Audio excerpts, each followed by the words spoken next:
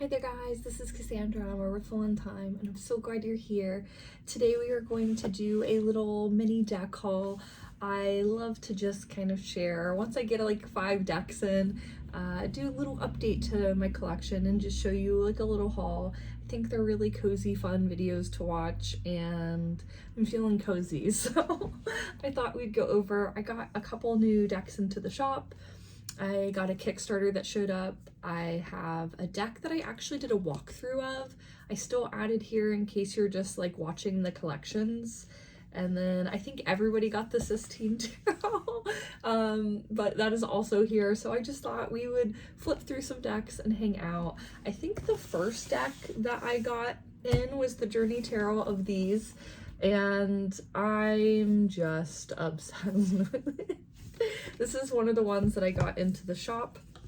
I think I saw it originally on Chanel's channel and I ended up like going down the rabbit hole. I watched a video from Lisa where I really kind of like fell in love with the concept of it. I watched like Lisa kind of discover some things about it, like, and it sold me. I already really like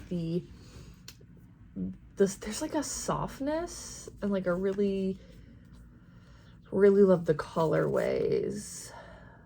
I feel like I want to just live here, please.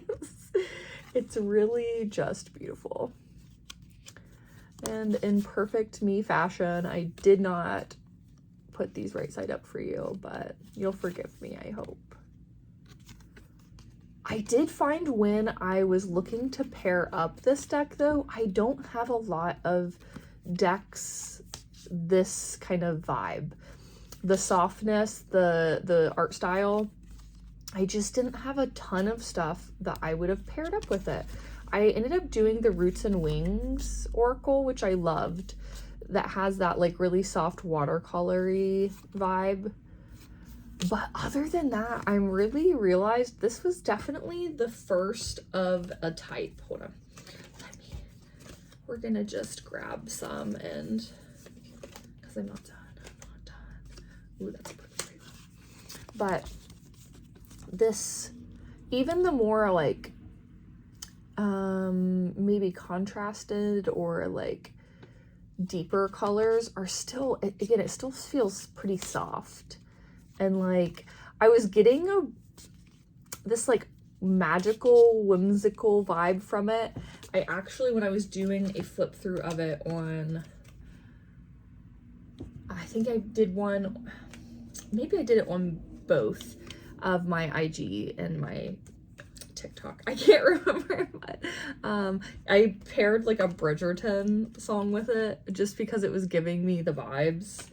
But it is definitely very different, which I love about it. I think that continuing to have decks that are different keep me from like falling into a habit I don't enjoy that I do, that I get really hung up on what something is supposed to be, and then I don't, oh God, yeah, I want to live there. But I don't read it intuitively or like take what I think, like what message I'm hearing, because I get too like stuck in the meaning. So having a lot of decks that are different is really actually helpful for me to like have the practice I want. I'm looking for a specific card, but the card I saw that made me choose it, like I immediately was like, oh, this death card is so beautiful. I am just in awe. I really love this deck. I actually have probably been spending the most time with this recently because I've just been so excited. It's been a while since I've had a deck that had me like feeling that kind of way.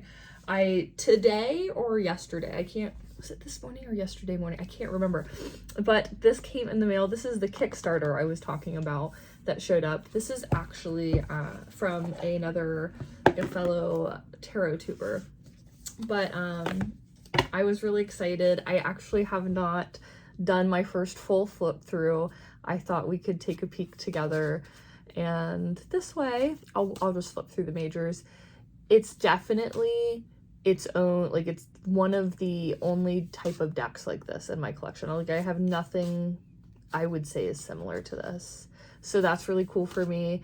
I also, there's this like, I think it's a meme kind of thing. It's like, at what age do you become a bird watcher? But I have been finding myself slipping into bird watching in my aging time.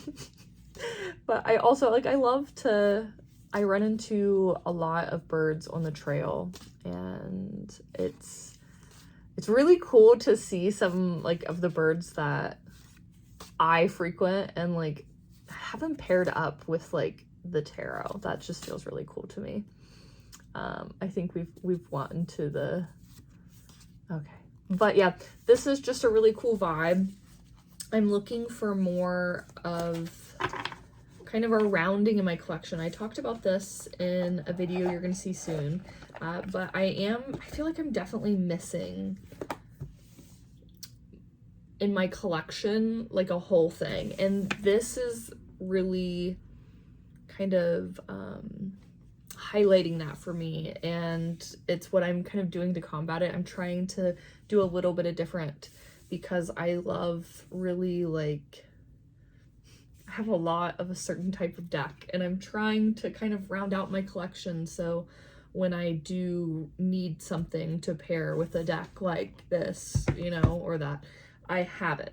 I have something that kind of goes for, like, the different purposes. I think we talked about this too, but, like, I wanted to do deck interviews with all my decks so that I can, like, kind of, like, reintroduce, figure out what they're here for, what I'm going to do with them, and I want to kind of organize them and, again, see the, like, holes I'm missing in my collection.